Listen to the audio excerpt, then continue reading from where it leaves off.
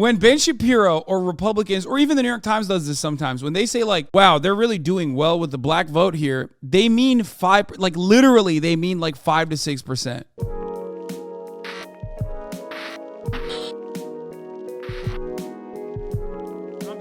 All right.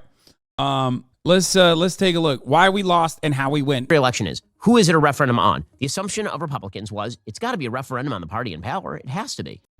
The party in power is doing a terrible job, and it's unified.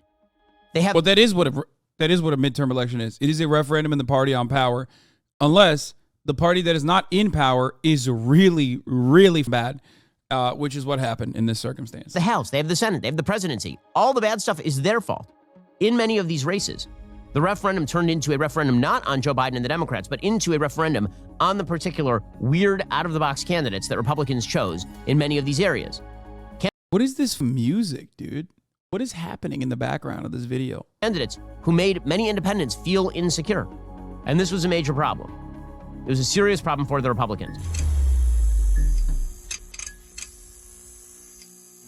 Well, folks, we got to recap that midterm 2022 election. What happened? What went wrong? How do Republicans fix it? And what kind of opportunities lie ahead for them? I just got to point out one thing here. No matter what Ben Shapiro says, a reminder that like he is just as responsible for the narrative that was set by the National Republican Party that hyper focused on like kitty litter and like trans children significantly more than anything else. Okay? So if he turns around and acts like that's, exclusive to Trump, or if he turns around and acts like that is like, a Republican Party thing that they need to fix, like, remember that it's your fault, brother. You're the one who did it. You are a culture warrior. Okay? Don't act like you are the one, you were, focusing on the issues, which, by the way, that's a whole different subject that that I've been covering for the past week, but we can talk about if you were to hit the issues, how that would look like for the National Republican Party. Probably not great. Them if they do. This video is sponsored by Ring. What went wrong is the big question, because here's the thing. It was supposed to be a red wave, or at least a red tide, and instead it turned into a red trickle, by which I mean it looks like the Republicans are going to end up with bare control of the House, a very, very small majority as opposed to what should have been a sweeping majority. They may end up in control of the Senate. That is going to depend, it looks like, on a Georgia runoff, which doesn't look particularly amazing because it's Herschel Walker against Raphael Warnock, and Walker doesn't happen to be a particularly strong candidate. So what went wrong? What exactly happened here? Well, the answer is actually fairly obvious. The Republicans ran a lot of crappy candidates. Where Republicans ran strong candidates who were not associated with out-of-the-box crazy ideas, they won, and they won big.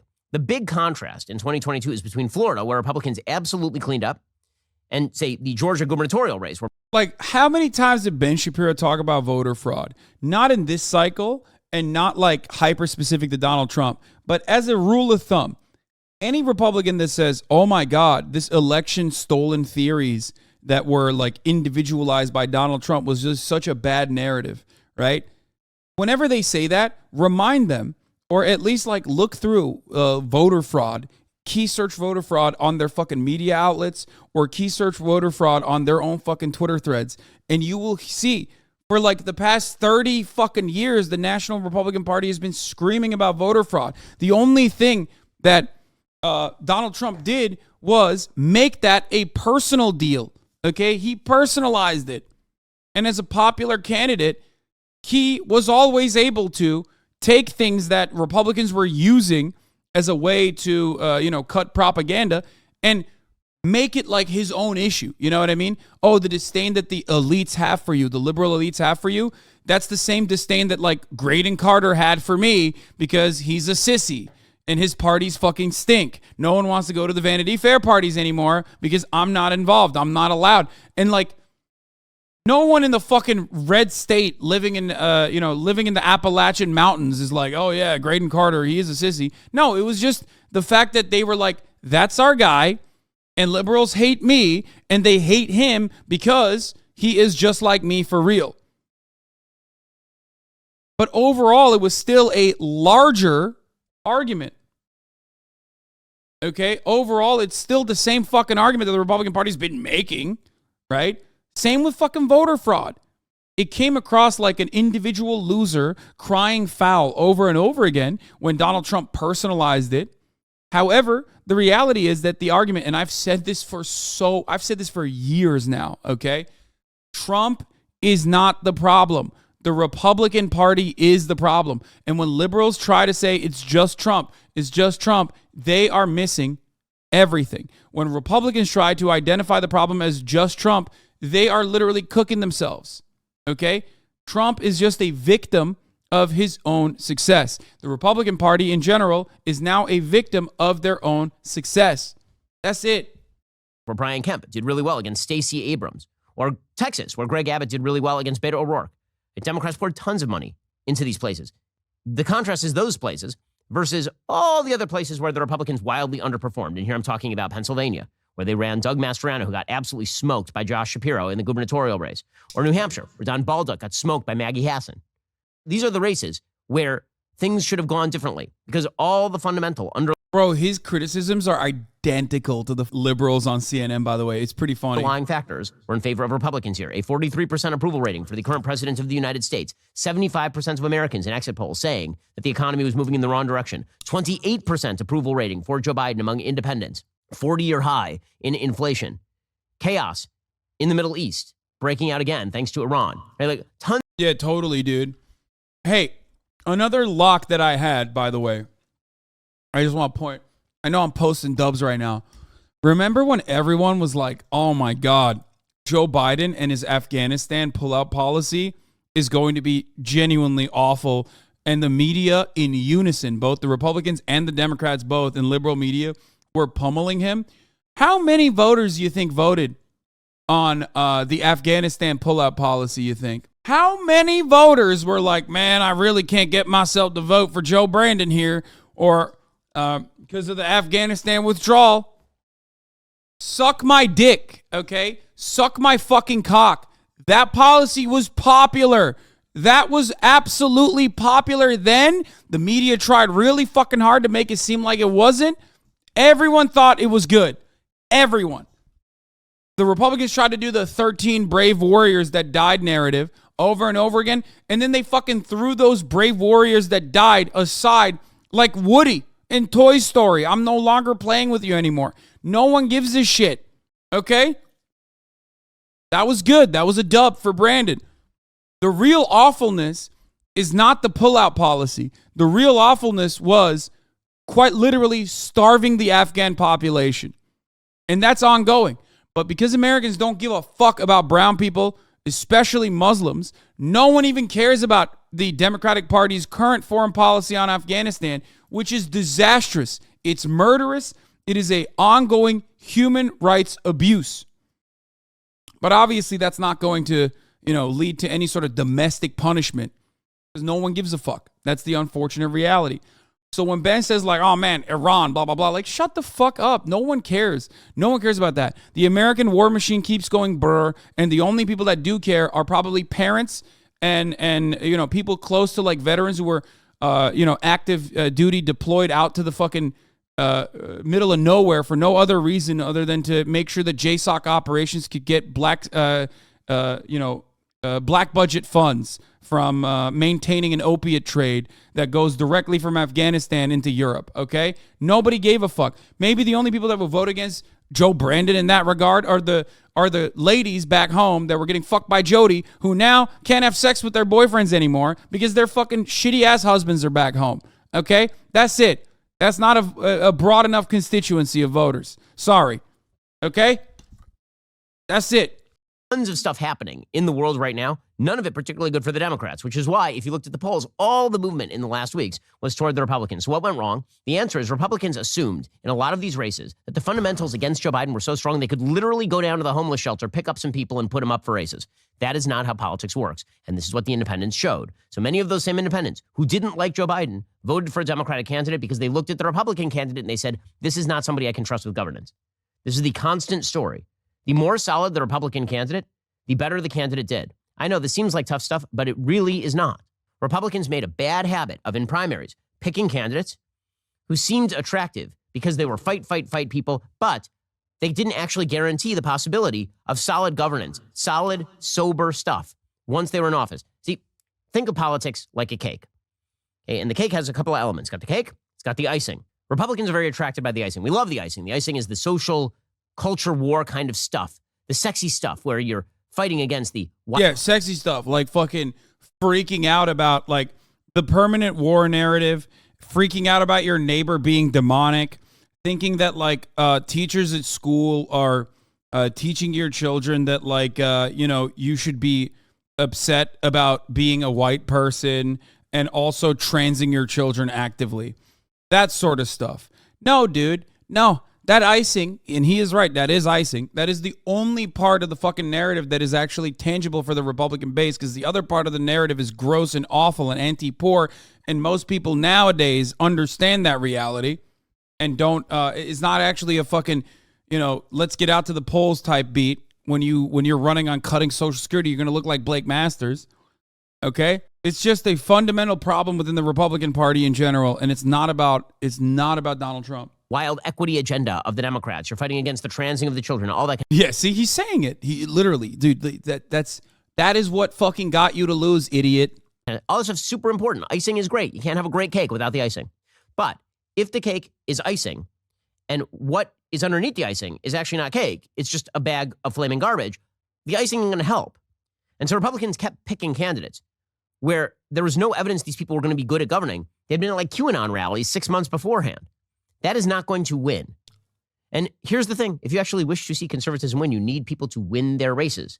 They need to win their races. This is not all that shocking. That was the big problem here. People got really happy about the underlying bad conditions for Democrats, and they assumed they could put up a bag of crap, and that bag of crap would then be elected to high office. And that is typical. Here's why Ben's wrong. He's saying you can't give people only icing. You have to give them cake. Like, you have to give them the foundations. He's wrong. That's not true. Because what are the foundations? You have to, what do you think like promoting deregulation and tax cuts for the wealthy is going to be a good way? Like, it's going to be a fucking leading message? Like, I guess to a certain degree, if you can lie, right? And the Democrats have no counter for it. But like, people ultimately are not going to think like, oh, we should cut Social Security. Like, I'm going to go and vote for a Republican because they're cutting Social Security, okay? Especially when the 65-plus voter base is leaning 45% more, by 45 percentage points more towards the Republican Party. You can't fucking run on cutting grandma's spending. You can't run on killing grandma, okay? You can't do that. That's the literal cake. That is at the heart of the conversation. Republicans literally want to run on wedge issues specifically because the other shit that they want to push is gutting these Social Security and entitlements and benefits packages that are already in a state of disarray in this goddamn country further with no solution in sight. Typically not how it works for Republicans. You have to demonstrate at best, like Ron DeSantis, that you've got cake, you're really good at governance, and you can do the icing really well. You can fight the media. You can fight the social issues. You can fight woke corporatism. All those things you can fight. But the cake has to be there.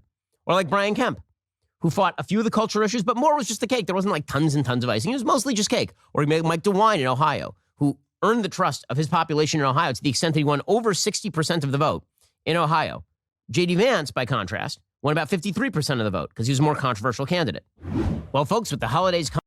What the fuck? What do you mean J.D. Vance was more controversial? What? Why was J.D. Vance controversial? The party in power, it has to be. The party in power is doing a terrible job, and it's unified. They have the House, they have the Senate, they have the presidency. All the bad stuff is their fault. In many of these races, the referendum turned into a referendum not on Joe Biden and the Democrats, but into a referendum on the particular weird, out-of-the-box candidates that Republicans chose in many of these areas. Candidates who made many independents feel insecure. And this was a major problem. It was a serious problem for the Republicans. So, what does that mean for 2024 and looking forward? What it means is that if the Republicans look at the underlying trends, Republicans did well with black voters. They did well with Hispanic voters. They did better with suburban women. In the generic congressional ballot, Republicans will have won this election. When Ben Shapiro says Republicans did well with black voters, he's literally talking about like 6%. Okay? Just, I want people to understand when Ben Shapiro or Republicans, or even the New York Times does this sometimes, when they say like, wow, they're really doing well with the black vote here, they mean literally they mean like 5 to 6%. okay? Which is crazy to consider. That is insane.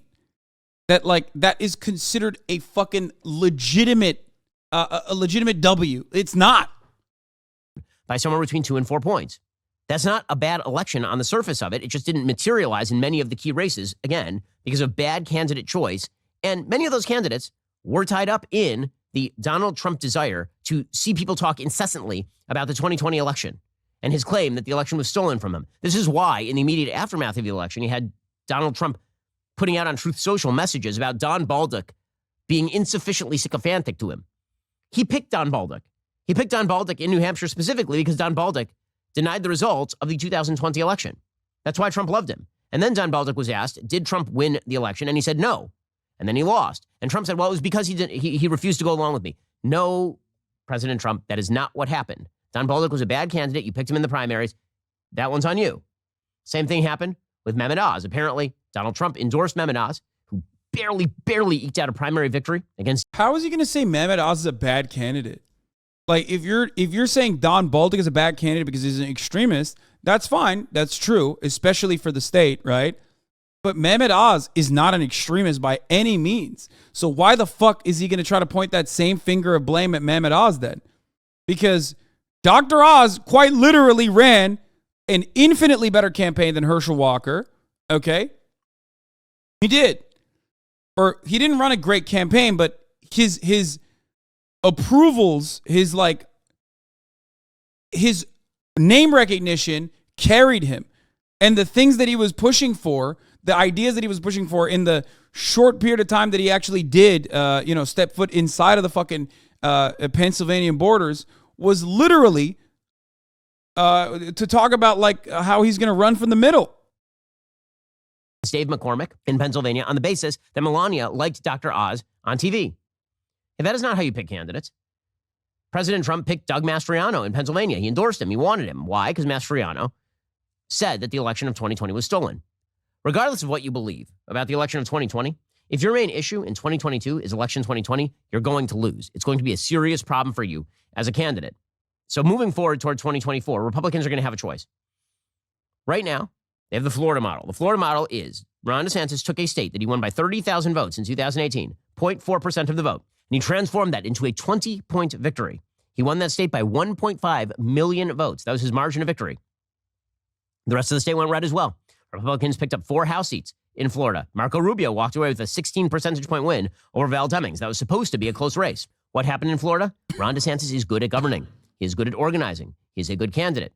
Your choice. Do you want the candidate who grows majorities?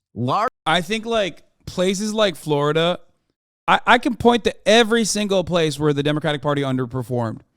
And if you point to any of those fucking places, you will almost always see an establishment Democrat who is running to the fucking right or desperately trying to run to the right-wing position. And if your goal is to normalize right-wing positions, then yeah, you're doing a great job. But if you normalize right-wing positions, the people on the ground are always going to vote for a right-winger. Okay? Florida is a great example of this. New York is a great example of this. Maxwell Frost won in Florida. How the fuck did Maxwell Frost, a fucking left-wing progressive Gen Z Zoomer, win in Florida while simultaneously Florida is deep fucking red? How did the head of the DCCC lose their fucking New York seat while AOC is crushing in her district? I thought AOC was unsafe. I thought AOC wasn't going back to her district enough. I thought she wasn't doing enough work. How does that happen? Stop running to the fucking right. You one of the most Democratic districts of Orlando. It doesn't matter. I thought that people would be terrified of someone who is even remotely aligned with socialist values. I thought when you put the socialist stink on someone that they would absolutely, that would be a death sentence in fucking Florida across the board. How did that not happen to Maxwell Frost? The point is, and I know Maxwell Frost dropped BDS and a lot of people are upset about that. A lot of people are angry for that reason. But like, what you have to realize is like, if people are running for something, no matter where the fuck they're running, and they are able to run a good campaign, if they're able to have good ground game, and they have the demographics, and most places they have the fucking demographics, they're going to win. If you run to the right for no fucking reason because you're fearful of the left, okay? If you're fearful of the left and this like leftist wave within the Democratic Party, and you run to the right and you galvanize the right-wing base and you actually legitimize their talking points, then all of a sudden, you know, an actual right-winger is going to win, because you will never be able to out-patriot the right. You will never be able to out-racist the right. You will never be able to out, crime control the right. You will never be able to out right-wing the right. John Kerry tried it. He got fucking owned, okay? He tried to be like, I'm a real patriot against George W. Bush. He got fucking owned. The Swift boat saga, okay? George W. Bush destroyed him. You will never be able to out-hog the hogs. All you're doing when you try to out-hog the hogs is allow the hogs to gain ground on their rhetoric. Okay? Large majorities out of opportunities? Or do you want the candidate in 2024 who took an electoral college victory and a popular vote loss in 2016 and proceeded to turn that into an electoral vote loss and a popular vote loss in 2020, and then proceeded to give away 2 Georgia Senate seats in 2020, and then proceeded to give away many seats in the election of 2022? Listen, I thought that President Trump did many, many wonderful things as president. The question is, what do you think he's going to do as candidate Trump in 2024? How do you think he has impacted the Republican Party going forward? And what will he do to fix that? Is he capable of shifting and moving? Is he capable of commonsensical change? So far, he's not shown any evidence that he is. He's going to have to change that. He spent the days since the election ripping on Ron DeSantis, the most successful Republican governor of any of our lifetimes. Does that seem like a smart, intelligent, and well-calibrated move designed to draw independents in the future? Or does it seem narcissistic and divisive? Right? These are serious questions that must be asked moving forward, especially if you want to win the independents. The story of the last few election cycles is also how the independents voted. In 2016, undecided voters, day of the election, broke 2-1 for Trump. In 2020, undecided voters, day of the election, broke 2-1 for Biden. 2022, undecided voters broke halfway down the middle. They split. That shouldn't have happened. Republicans should have walked away with the undecideds. They didn't. That's a serious, serious problem. Moving forward? Yeah. Make no mistake. This is true. And the reason why that's happening is because of Ben Shapiro. Like, if Donald Trump is responsible for that, which he is, so is Ben Shapiro. Like, it is wild that all of these fucking Republican media operatives are now acting like they haven't been running on their transing your daughter narrative non-fucking stop. And the reality is, like, they were running on this before Donald Trump ran for office, and they will continue running on it. He literally said that stuff is icing and it's good, showing zero self-reflection. Brother, that's at a certain point, that is what is, keeping people away. Because you're going fucking crazy on the timeline. You're going nuts with it. While simultaneously pointing at Donald Trump as the singular reason why you're losing, which is great. I mean, this shows that these guys cannot turn around. They cannot change. Their inability to change is obvious. And I like that. Because in some ways, it's impossible for them to change. They can't. Because what are they going to do? They're not going to run on cutting Social Security. They'll get fucking owned. Because that's all they have. That's what they used to run on. But, they can't do that anymore to win and remain and be competitive in the national stage. So they have to run on wedge issues. And now they're in a weird predicament where they're shitting on the guy who ran successfully on wedge issues, but too successfully, by claiming that, people should have been running on policies. Republicans will be presented with an opportunity because Democrats are not learning any lessons, because Democrats did better than they expected. Democrats believe they can do whatever they want. Joe Biden literally said this. He was asked, what are you going to change? He said nothing. What in the next 2 years do you intend to do differently to change people's opinion of the direction of the country, particularly as you contemplate a run for president in 2024? Nothing, because they're just finding out what we're doing. They're going to keep doubling down on the big spending, on the equity garbage, on the transing of the children. They're going to keep... Yeah. Yeah, that's what the Democrats are running on. Transing your children and the equity garbage. Bro, like if Democrats leaned into that a little bit and like showed how fucking ridiculous Republicans are and cut equity or equality rather as the American dream, they would be wiping on the fucking policy front. Okay? Like these guys literally they're you know, bread and butter, their vegetables on the side of fucking steak with the dessert. Their vegetable part of the fucking conversation is literally calling equity garbage, calling equality out as a bad thing, especially at a time when so many Americans are suffering, dude. You know what I mean? You can't do that. You're hitting the fucking you're hitting the bell a little too hard on how shitty it is when you know a government is doing the adequate things, the adequate measures. Doubling down on the wild social radicalism. They're going to keep doubling down on the inflationary. It's wild social radicalism to, you know, expand child tax credits and eviscerate child poverty. You know what I mean? Like genuine fucking dubs on the wonk side, on the policy side that have truly had a tremendous impact, like a positive impact on people's lives, is actually a bad thing. Okay? Now, this is why I also always say, I don't fucking know if the Democrats will be able to fucking pull this off because they're not very good at turning around and basically telling you, like, no, expanding child tax credits is a good thing.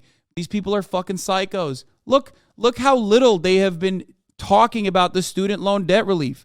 They're not fucking screaming for the mountaintops, every mountaintop they can.